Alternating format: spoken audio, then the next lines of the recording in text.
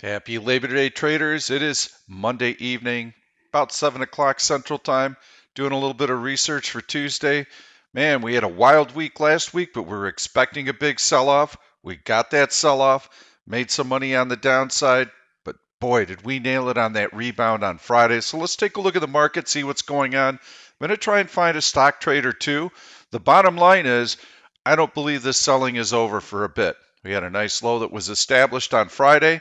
So here you can see this is the S&P 500, the SPY. We've got this upward sloping trend line that was breached, and the market was able to find support, and we rallied back above a critical support level at SPY 338. Why is that 338 level so important? That was the high way back in February. So we spent some time trying to break through it. We finally did get through it, and then we were off to the races. But you can see how all of these gains that came on very, very light volume were stripped away almost instantly. And we had this nice bullish hammer on Friday. We had a decent unemployment report come out, had a lot of jobs added to the economy. I believe 1.37 million, as I recall. Good number.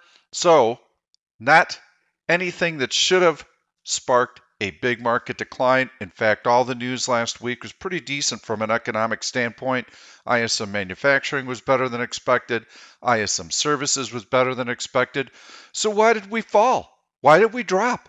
We dropped because we were overextended. Too much bullish speculation, market floating higher on very light volume, very light news, profit taking, plain and simple profit taking. At a forward PE of 23, the market is rich. So I'm expecting a formation that somewhat looks like what we went through back earlier this summer, where we had this big drop, we stabilized, we tried to rally, but sellers were still engaged. They still wanted to test the bid, so we drifted lower, had a higher low, double bottom, 1, 2. Once that was formed, we had a downward sloping trend line here, and gradually when the market broke through it, now we had the confidence to get into longer term swing trades. I believe we're going to see a similar bottoming process right now. So we have the market rebounding nicely on Friday. That's probably going to push us higher. In fact, right now we know the S&P futures are up about 20 points in after hours trading. So that bodes well for the open Tuesday morning. We'll probably drift a little bit higher, and then I think we're going to hit some resistance. There are sellers. We know there are sellers and profit takers. That red candle tells us that, and the big drop that we had Friday morning confirms that. So we need to make sure that we have that higher low double bottom. Then we can get more aggressive with our swing trades. So I'm not going to be firing a whole bunch of swing trades tonight, showing you a bunch of great stuff. But I'm going to show you some things that we did in the trade room on Friday that worked out really well for us. We're still going to stay shorter term. Swing traders, be just a little bit more patient. I told you that the crack was coming. Now we just have to wait for that support to be confirmed, and then we can start looking at which stocks held up well during this decline. That's the beauty of these declines, is they help us separate out the real McCoy. All boats rise with the tide. We had lots of stocks running higher and higher in the course of the last 2 weeks. Some of them I flat out just didn't get the price action. These stocks are going parabolic, didn't have the earnings to support the move. Now, once we start getting this market pullback, we can start to find stocks that have relative strength. Those are the stocks that will lead the market higher, and we'll have an opportunity to sort out those real McCoys. So let's take a look at the action on Friday. You know that I used the 1OP indicator to trade. It was one of those days that you get maybe 2 or 3 of these a year. I made 65 points trading the S&P 500 futures. You can see how right out of the gate, we had a sell signal right in here from the 1OP indicator after it had crested. So excellent shorting opportunity early in the day. That opening gapped higher failed. If you read my pre-open market comments, I do post them to Twitter. Members also have my pre-open market comments. The bottom line that I told everyone before the open on Friday was This market will not rally until the downside is tested. So we were looking for additional selling, especially after the bloodbath that we had on Thursday. So excellent shorting opportunity in here. I ended up shorting the S&P 500, made 20 points on the way down, but I didn't want to get too aggressive on it because I felt that we were going to bounce. The fact that we had this almost engulfing candle right here off of that low told me that there were buyers because that entire candle was almost erased. So the market came down. We had another bullish hammer in here. I had bought some here, bought some here. We had a bullish 10P cross right back in here. So I knew that the market should be heading higher. Made 15 points on that move. Then we waited to see what else would happen. Now back in here, off of that bullish candle, I also found on one of our searches, it was relative strength 30, I found AMD. So I'm going to go and show you the type of pattern that we're looking for, and I'll go into the 5-minute chart on AMD, and I'll overlay the SPY. And here you can see how the market is going down, down, down. It's the gray line. So the market bounces once, and then now it's testing that downside again. Well, before we even get that higher low double bottom on the SPY, look at what AMD is doing. Tick, tick, tick higher. So I ended up buying the lotto calls, which were the $80 calls that expired last Friday. I bought them for, gosh, I believe it was 50 cents. Maybe it was 55 cents. Anyway, I sold those for a double. Right in here, you can see how the stock absolutely took off, and those options were in the money. Had I held on to them through the course of the day, those options actually went from 50 cents to $3.25. Now I wasn't in on that trade, but I'm very, very happy to make 100% a double on a lotto trade. So those are the types of opportunities that we're looking for, and the searches in Option Stalker help us find them. So we're not fumbling around trying to find which stocks we want to trade. They're delivered to us on a silver platter using these searches. So when members post their trades in the chat room, we don't have to wonder where they came from. We know that all the trades are coming from the Option Stalker searches. So we had another really good opportunity later in the day, though, and you can see how we had a couple tails above body here. We had a bearish cross in the 10P indicator, so that told us, and this is our governor, this is what throttles all of our day trading. So in here, as the market's rallying up, we're taking profits on our positions because 10P is getting extended, and now it's starting to actually roll over, and there's a bearish cross. There was a shorting opportunity in here. I didn't trade it because the market had made such an early low in the day, and because it was a substantial low, meaning I saw immediate buying, I felt that the chances for a late day rally were very, very good. So if we had made that low and then we would have drifted lower, and now we're into the noon, 1 o'clock kind of middle of the day, that would not have been a good setup. We probably would have flatlined and had a tiny little bounce into the close. That's not what happened. We had major technical support levels, major upward sloping trend lines that had been challenged. We had major horizontal support that had been challenged. All of those had been tested, and the market was able to rally above them early in the day. That's what told me, watch for a late day market rally. So we had this little sign here that conditions were going to soften, and you can see the 10P indicator starts crossing in here, and this is where I got long, made another 30 S&P points, and don't take my word for it. I'm going to put up my chat room, and you'll be able to see those comments.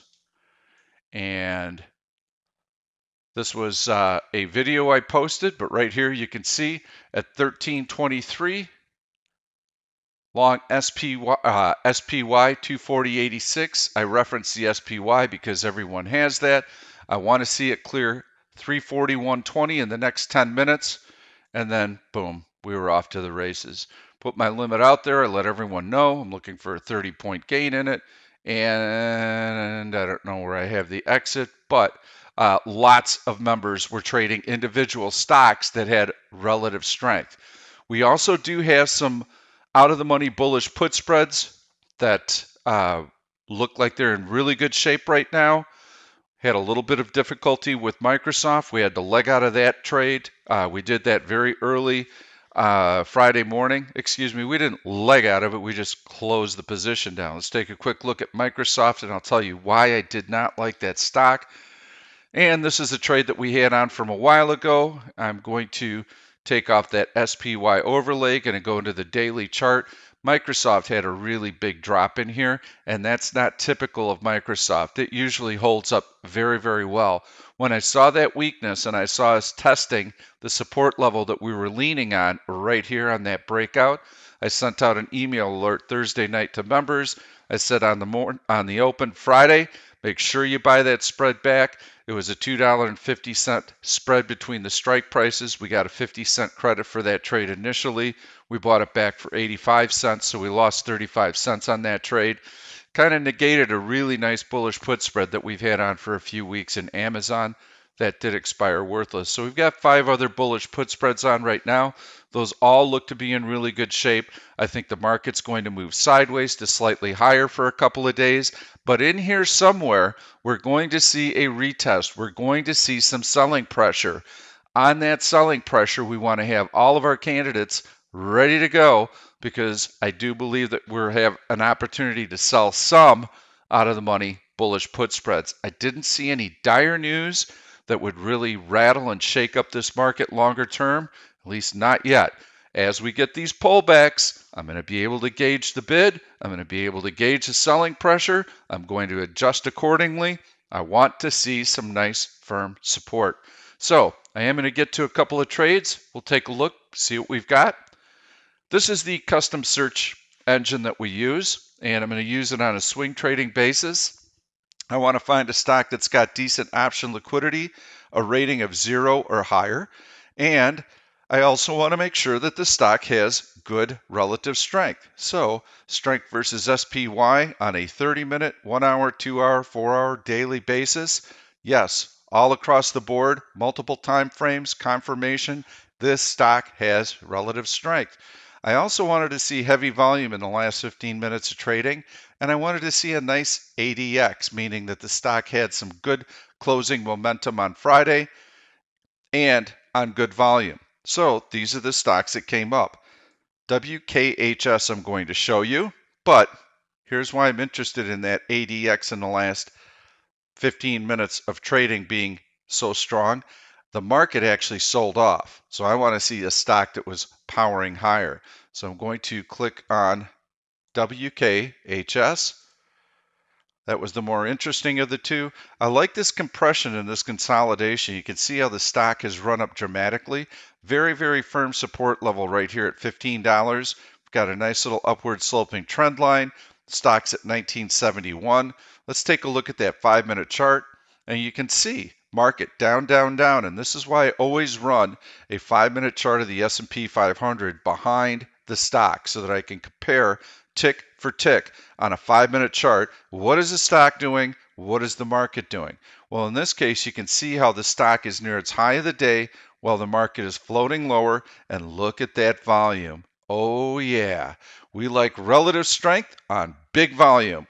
And we got that Friday. I think WKHS is a stock that you want to be watching Tuesday morning when the market opens.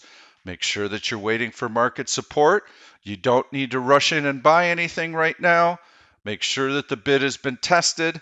Make sure that this stock continues to have relative strength. So if the market's going down, down, down, I want to see the stock holding its own.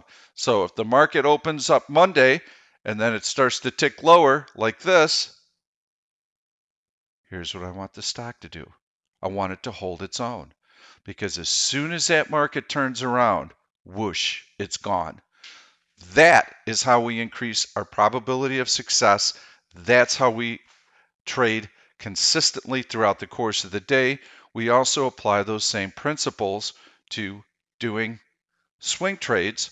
And in this particular case, we might have an opportunity to sell an out of the money bullish put spread, but the stock does seem a little bit choppy. You'd have to go down below this horizontal support level here at $15. I don't think you're going to get a lot of premium for it at $15, but the next time that the market pulls back, I think this is a stock that you can try and sell a $15 out of the money bullish put spread on. Look at how well the stock held up the last 2 days, and we know that the market has sold off hard. You can see right there, that's the S&P 500 is that gray line, down, down, stock holding its own. This stock wants to go higher, so this is a really nice play. Don't have to trade options. You can just buy the stock. You can day trade the stock. I think this will be a nice pick for Tuesday morning. I also was taking a look at Wynn, and that was coming up on our relative strength 30 search. These are stocks that were strong in the last 30 minutes of trading. And what impressed me was that we have this 100-day moving average right here, and we've got really nice support here. Look at the last 2 days. The stock hasn't even moved. We'll go into a 15-minute chart, and there you'll be able to see Wynn has moved sideways while the market's been down and down. It did have a little bit of weakness on Friday, but it bounced right back, and it actually closed almost unchanged for the day. So let's go in and take a look. I am not adding this as a recommended trade to my swing traders. This is very important that you understand this because I am not updating this trade. I am not in this trade, but I'm telling you the type of situation I'm going to be looking for when I see that double bottom high or low. So I'd be looking for a stock like Wynn that's already told me that it's got really nice relative strength, and I would be looking for a support level like this. If it happened to come down and test the 100-day, I can distance myself even further from the action by going down to the $72 strike price, or if the market dipped and the stock continued to grind higher, float higher, I'm not going to get a chance to sell it out of the money bullish put spread down here. I'm going to have to try and do it around that 100-day moving average, which comes into play at about $82. So let's check the price on those options and see where the Wynn puts might currently be trading. Don't like to go more than 2 weeks out because I want to have accelerated time decay working in my favor. And we're going to use that $80 strike price. And if I click the bid on the $80 puts and the ask on the $79 puts, you can see that this spread is a negative 93 cents bid offered at $1.02. So mile wide bid ask spread on these options. I know that on a spread like this, I want to try and get 20 cents on that because if I can get 20 cents, I have to put up 80. That generates a 25% return. That is what I like to make when I'm selling out of the money bullish put spread. So that's the type of spread I'd be looking for. And I want to tuck down on that horizontal support there. And I want to be below that 100-day moving average in case boing, boing, it gets tested a couple of times. I don't get shaken out of the position. I want to see that stock maintain its relative strength. I want to see S&P 500 maintain the low from last week. I do not want to see that point penetrated because if it is, then I know that this is more than just a little bit of profit taking, that there's a lot of selling that would be currently taking place. So let me reiterate that on this S&P chart, we don't know the answer to this question yet. Is this just a light round of profit taking that's one and done, very quick, we bounce around a little bit and then take off? Or is this something more? Right now, best thing we can do, wait and see, run searches like I've just shown you, find that relative strength, start getting your list together because in another week or two, if this market has had its little adjustment phase, then we're going to be off to the races, and you want to make sure that you've got your candidates ready to go. So I liked Wynn. That looks really good. I like WKHS. If you like this content, please give it a thumbs up. Also, make sure to sign up for the YouTube channel and turn on your notifications so that you never miss one of these videos. Thanks, everybody. Tomorrow I'm looking for the market to establish a bid. It'll check the downside a little bit. That'll be early in the day. If that downside test holds on Friday, and I think that the support level that I'll be watching the most closely on Friday will be right in here at that 338 level, 338.40, 338.60. This is the level that I want to see hold. I don't mind if we come down and check it, but then I want to start seeing us gradually grind higher. If I see that, then I'll have the confidence that I need to buy some stocks and trade from the long side. If I see us kind of falter early in the day and make a new low after a couple of hours of trading, I'll know that we're going to continue to drift down and check that bid. Thanks so much. Let's see what plays out. I'll do a video tomorrow, probably about 3 hours into trading. We'll see you then. Thank you for watching this YouTube video. I'm Pete Stolzers, and I'm going to keep the trade ideas coming along with lots of education. So make sure to subscribe to the channel and please turn on your notifications so that you never miss another trade. If you like the content, please give it a thumbs up. I've loaded 2 other videos that I think you're really going to enjoy. Stay tuned. We'll see you soon.